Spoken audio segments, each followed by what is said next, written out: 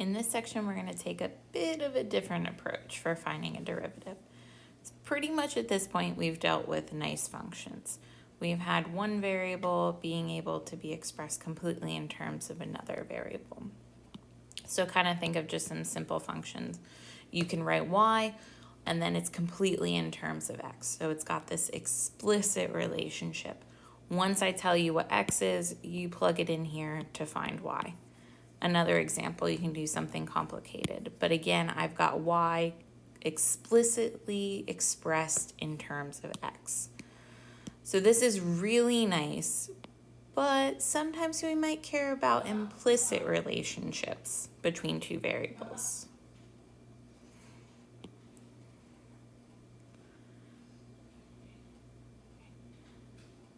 So these are really nice functions. We like dealing with this stuff, but we may care about an implicit relationship between two variables. And what we mean by implicit is you might not be able to solve for one variable. So for example, your unit circle, that is an important relationship. We definitely need this distinction and need this equation here. But it's not solved for in terms of y. Another kind of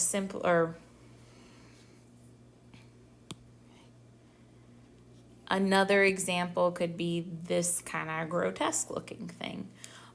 This might be some type of physical application, so some relationship between x and y, where maybe x is like your movement and y is your speed. We don't know.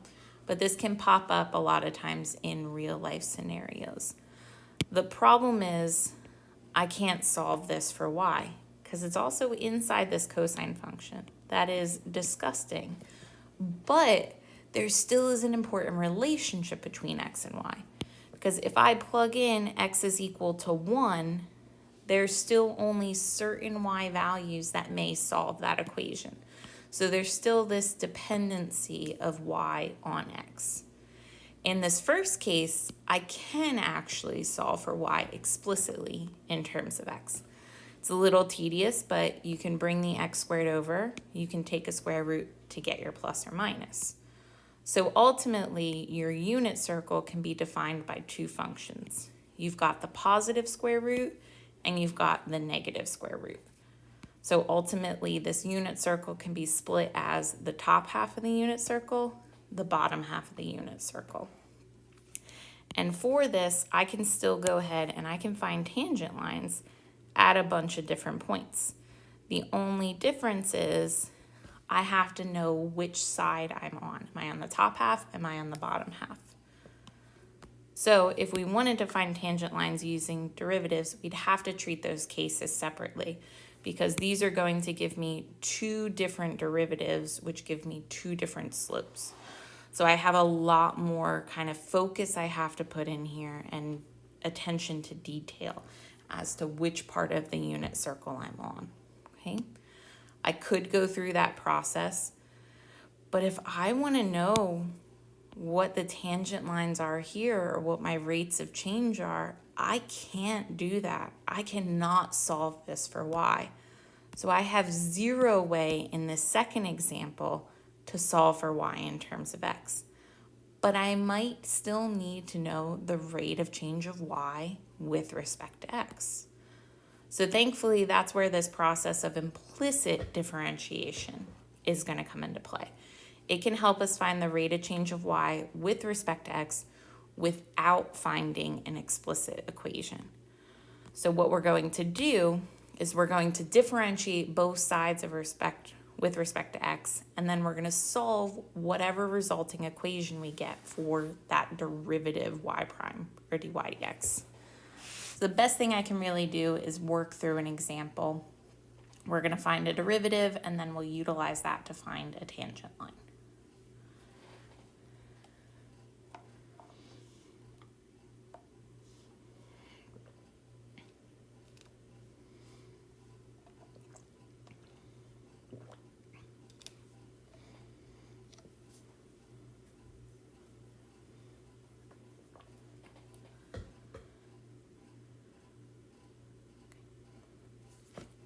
So the example we're going to work through is going to be a circle. X squared plus y squared equals 25. This is just like the unit circle. I could solve for y, but I just want one single formula for the derivative. And it's going to take into account, without me knowing, whether I'm on this top or bottom of my circle. So we want to find this derivative, and still, based on that value of x we choose, only certain values of y will work. So ultimately, you can still think y is dependent upon that x value. If I plug in x equals 2, only certain y values will satisfy it. So essentially, what you can think of is we can think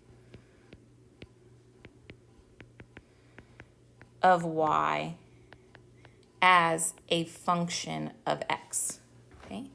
So ultimately, the equation we're working with is x squared plus this function squared is equal to 25. And I want to figure out what the rate of change is, what is y prime of this function, okay? So we're going to differentiate both sides of this equation with respect to x. So I've got my x squared plus this y of x squared equals 25. And I want to take the derivative on this side with respect to x of the whole thing. Derivative on this side with respect to x, okay?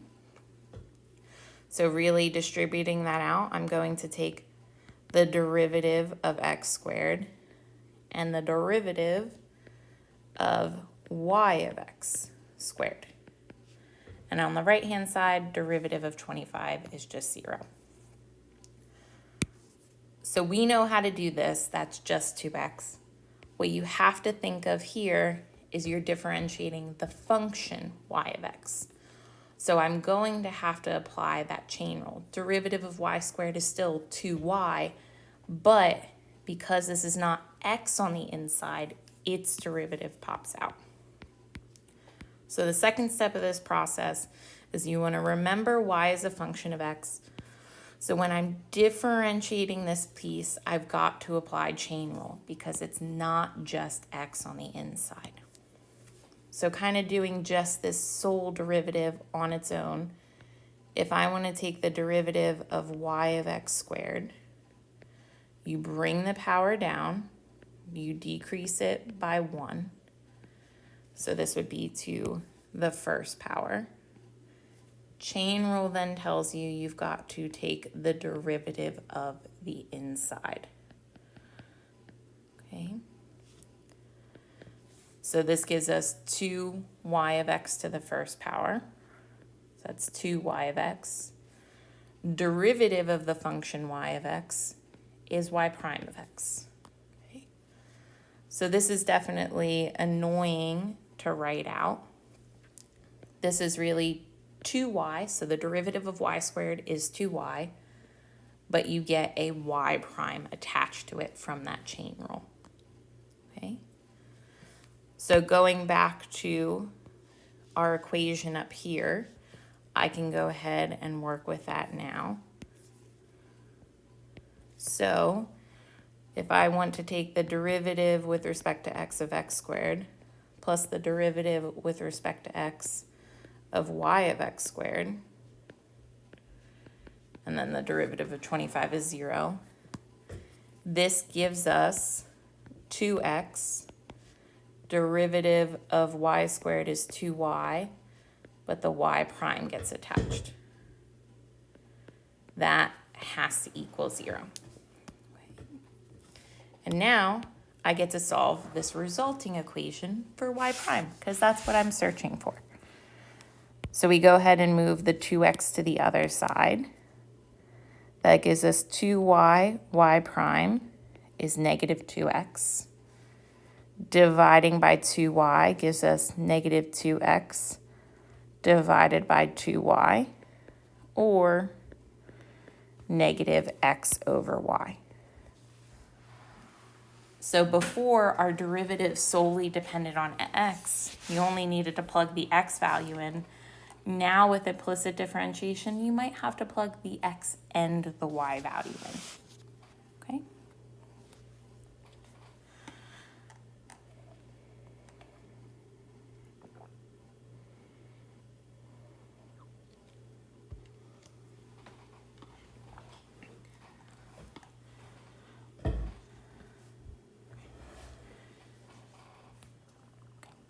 So let's try the second part. Now that I have the derivative, this gives me the derivative at any point on this circle. So I don't need to sit there and figure out if I'm on the top or if I'm on the bottom. So we're going to find the equation of the line tangent to the curve at the point 3, 4. So our slope is going to be this derivative evaluated at the point 3, 4. So for x, we plug in 3. For y, we plug in 4. Our derivative is negative x over y, so our slope is negative 3 over 4. So I've got my point, I've got my slope. This tells me the equation of the tangent line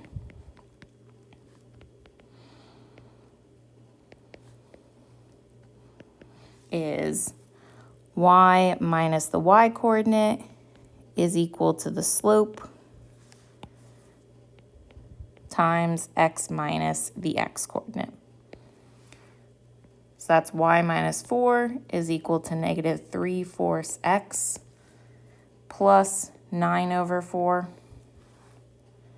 And if you add that 4 over, this is negative 3/4 x plus, you would get that simplified to 25 over 4. Okay. So ultimately, you're going to differentiate functions of y in the same manner. Derivative of y squared was 2y. You just need to remember chain rule is always going to attach a y prime or a dy dx to it. Whatever notation you want to use, perfectly fine with me. Okay. So I just have some examples, but that's really it for this section. I'll do some using dy dx. I'll do some using y prime, just so you can get familiarized with it. But right off the get-go, there is definitely no way I can solve this thing for y. So if I want to find the derivative, I've got to go through implicit differentiation. So again, same idea. We're going to take the derivative of every piece.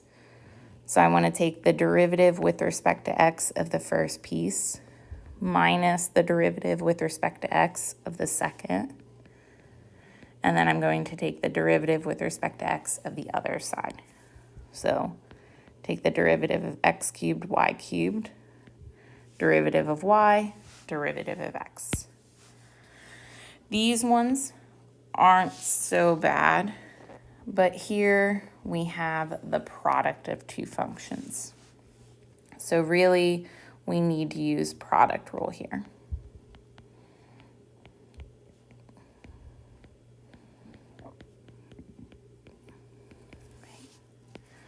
So I need to take the first. I want to take the derivative with respect to x of the second.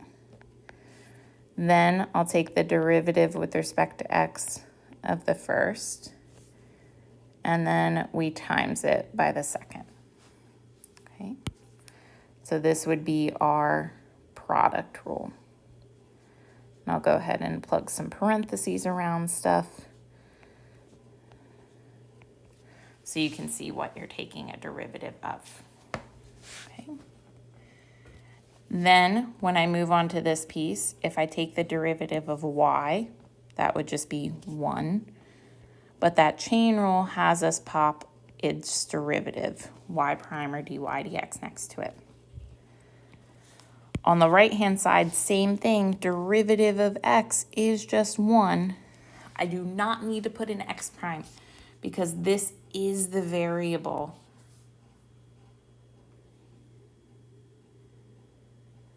So I do not need to put in x prime because this is the variable I'm taking the derivative of. It's because these are mismatched that I have to add this y prime to it. Okay. So we keep going. Now I apply that same process. Derivative of y cubed would be 3y squared, but because this variable does not match what I'm taking the derivative of, we get that dy dx attached. Derivative of x cubed is 3x squared, but I do not need to put an x prime because that's the variable.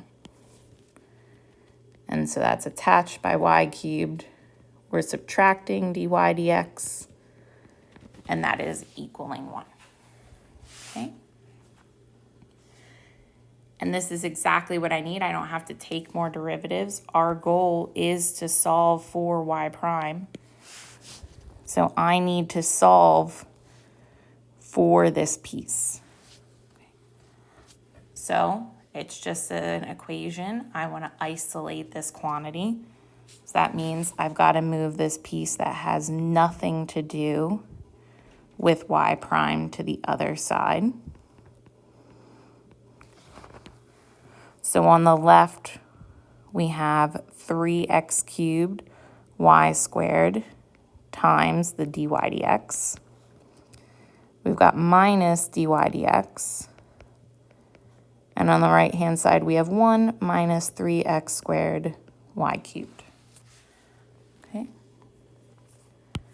So they both have this in common, so we can go ahead and factor that out on the left. That's dy dx. We're left with 3x cubed y squared and a minus 1. And on the right, we have 1 minus 3x squared y cubed. Okay. I want to solve for this, so I just need to divide this quantity over. So this tells me from that equation we started with, the derivative of y with respect to x is 1 minus 3x squared y cubed divided by 3x cubed y squared minus 1. Okay. Let's try some more. Okay. So we've got y cosine of x equals x squared plus the square root of y. I'm going to go ahead and use my prime notation this time. So I want to differentiate the left, differentiate both pieces on the right. So on the left, we are going to take the derivative of y cosine of x, derivative of x squared, derivative of the square root of y, which we can write as y to the 1/2. Okay. On this left-hand side, to take this derivative, I again have to use product rule because it is one function times another. So I keep the first. We need to differentiate the second. Then differentiate the first, keep the second. On the right-hand side, derivative of x squared is 2x. If I differentiate y to the 1/2, you bring the power down, decrease the power by 1. And again, because this is y, you get that y prime attached by that chain rule because it's not x on the inside. Okay. And now we keep going. Derivative of cosine is negative sine. So this is negative y sine of x. Derivative of y is 1. So you really just get y prime, which is what we want to solve for, times cosine of x. And on the right-hand side, that is 2x. Simplifying this, that gives us 1 over 2 square root of y times y prime. And our goal is to solve for y prime, so we want to isolate that variable. So I want to move everything with y prime to one side and then everything else to the other. So I've got y prime cosine of x and this quantity. Let's subtract this over. So on the left-hand side, we'll have y prime cosine of x minus 1 over 2 root y, y prime. This has nothing to do with y prime, so we're going to subtract that to the other side to give us 2x minus minus, so really adding that to the other side gives us 2x plus y sine of x. Okay. These pieces both have a y prime, so we can take that out to give us cosine of x minus 1 over 2 root y. Nothing on the left-hand side. And then finally, dividing by this quantity gives us our derivative is 2x plus y sine of x divided by cosine of x minus 1 over 2 root y. So again, I now have my rate of change of y in terms of technically x and y. So I would plug any points in here to find that slope. Okay.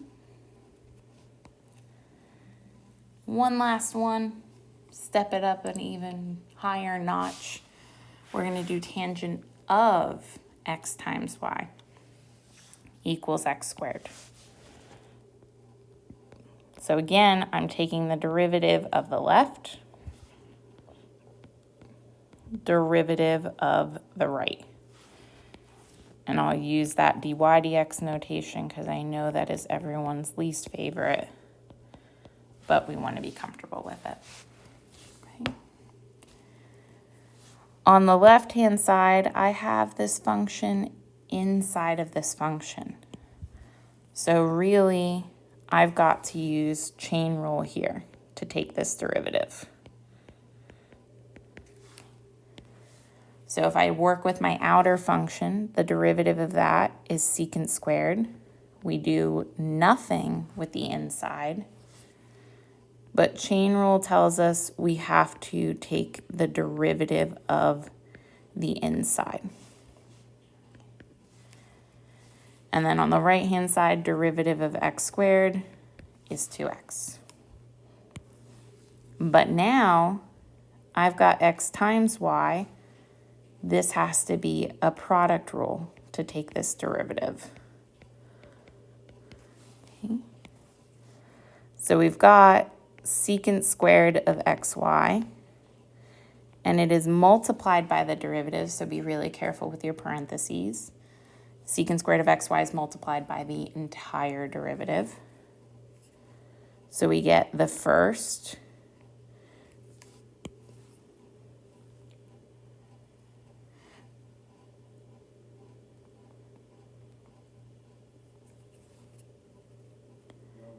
derivative of the second,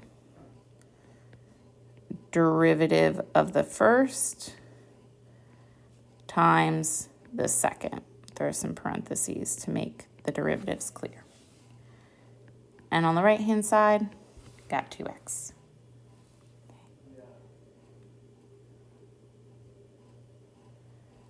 Okay. So taking these derivatives, derivative of y would be 1.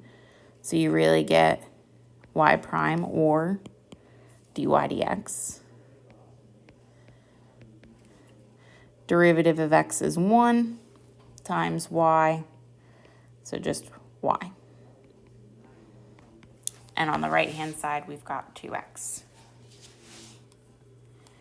We need to solve for this quantity, but we've got this other piece being attached to it. I can't quite just subtract this over because I've got this thing outside. So we need to go ahead and distribute that piece.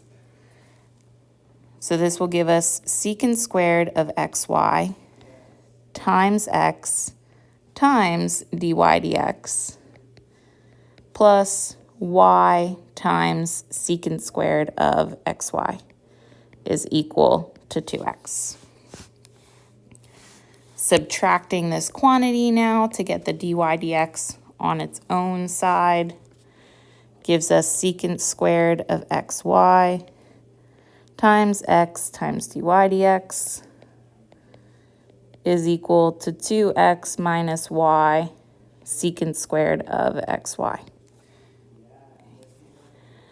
Dividing by everything else, we get 2x minus y secant squared of xy divided by x times secant squared of xy. Okay.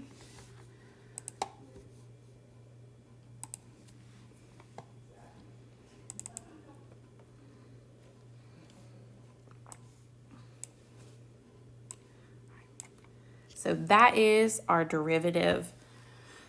Definitely get practice with this, because the only way you're going to get good at it is going through a ton of different problems. It is really case specific, so the process is similar where you take derivatives on each side. Anytime you deal with a derivative of y, you have a y prime, but just be really careful in the methods and the order you apply things in. So get lots and lots and lots of practice.